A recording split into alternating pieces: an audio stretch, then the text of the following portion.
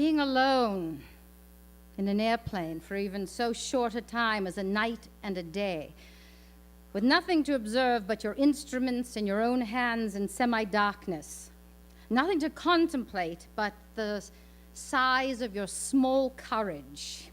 Such an experience can be as startling as the first awareness of a stranger walking by your side at night. You are the stranger. It is dark already, and I am over the south of Ireland. There are the lights of Cork, and the lights are wet. They are drenched in Irish rain, and I am above them and dry. I feel the security of solitude, the exhilaration of escape. So long as I can see the lights and imagine the people walking under them, I feel selfishly triumphant, as if I have eluded care and left even the small sorrow of rain in other hands. It is a little over an hour now since I left Abingdon. England, Wales, and the Irish Sea are behind me like so much time used up. On a long flight, distance and time are the same. There had been a moment when time stopped, and distance too. It was the moment I lifted the blue and silver gull from the aerodrome, the moment the photographers aimed their cameras, the moment I felt the craft refuse its burden and strain toward the earth in sullen rebellion, only to listen at last to the persuasion of stick and elevators, the dogmatic argument of blueprints that said she had to fly because the figures proved it. So, she had flown. And once airborne, she had said, "There, I have lifted the weight. Now, where are we bound?" And the question had frightened me. We are bound for a place 3,600 miles from here. 2,000 miles of it unbroken ocean. Most of the way it will be night. We are flying west with the night. The fear is gone now, not overcome nor reasoned away. It is gone because something else had taken its place. The confidence and the trust, the inherent belief in the security of land underfoot. Now this faith is transferred to my plane, because the land has vanished and there is no other tangible thing to fix faith upon. Rain continues to fall, and outside the cabin it is totally dark. My altimeter says that the Atlantic is 2,000 feet below me. My Sperry artificial horizon says I'm flying level. I judge my drift at 3 degrees more than my weather chart suggests and fly accordingly. I am flying blind. A beam to follow would help. So would a radio. Then so would clear weather. The voice of the man at the Air Ministry had not promised storm. I feel the wind rising and the rain falls hard. At 10 o'clock p.m., I am flying along the Great Circle course for Harbor Grace, Newfoundland, into a 40-mile headwind at a speed of 130 miles per hour. Because of the weather, I cannot be sure of how many more hours I have to fly, but I think it must be between 16 and 18. At 10:30, I'm still flying on the large cabin tank of petrol, hoping to use it up and put an end to the liquid swirl that has rocked the plane since my takeoff. Now, the tank has no gauge, but written on its side is the assurance, this tank is good for 4 hours.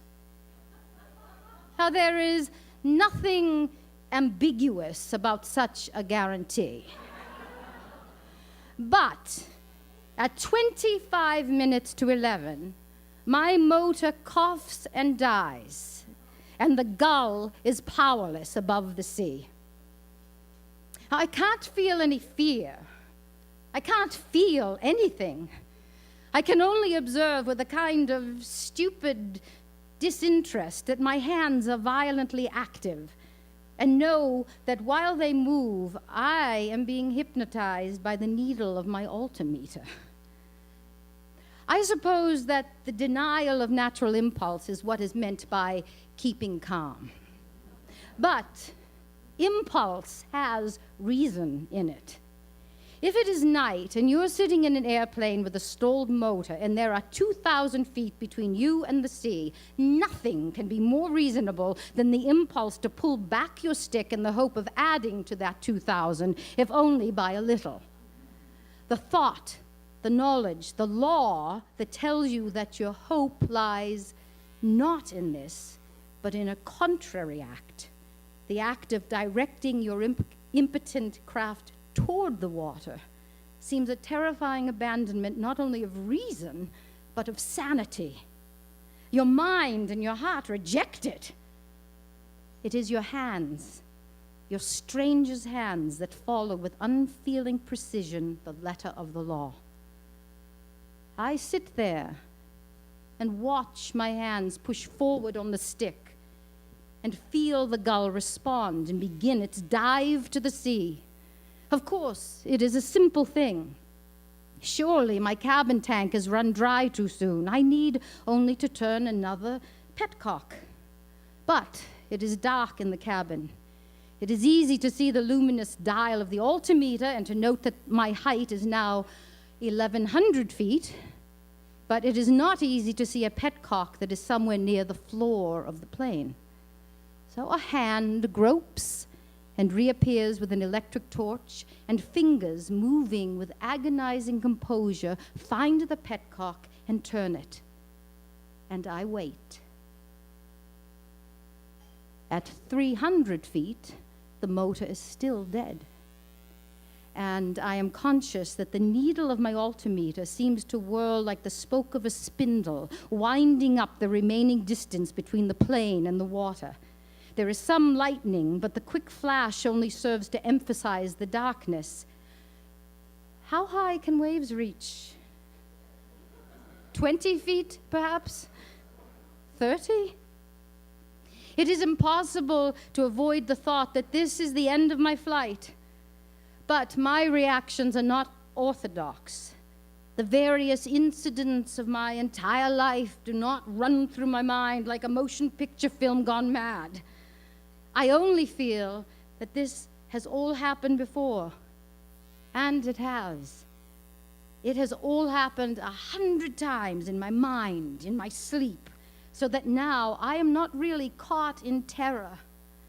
I recognize a familiar story with its climax dulled by too much telling.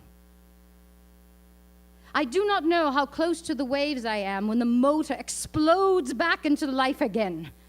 I see my hand easing back on the stick, and I feel the gull climb up into the storm, and I see the altimeter whirl like a spindle again, paying out the distance between myself and the sea.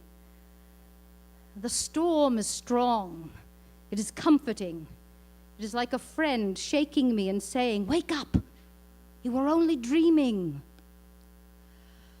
Oh, I ought to thank God. And I do, though indirectly. I thank Geoffrey de Havilland, who designed the indomitable gypsy, and who, after all, must have been designed by God in the first place.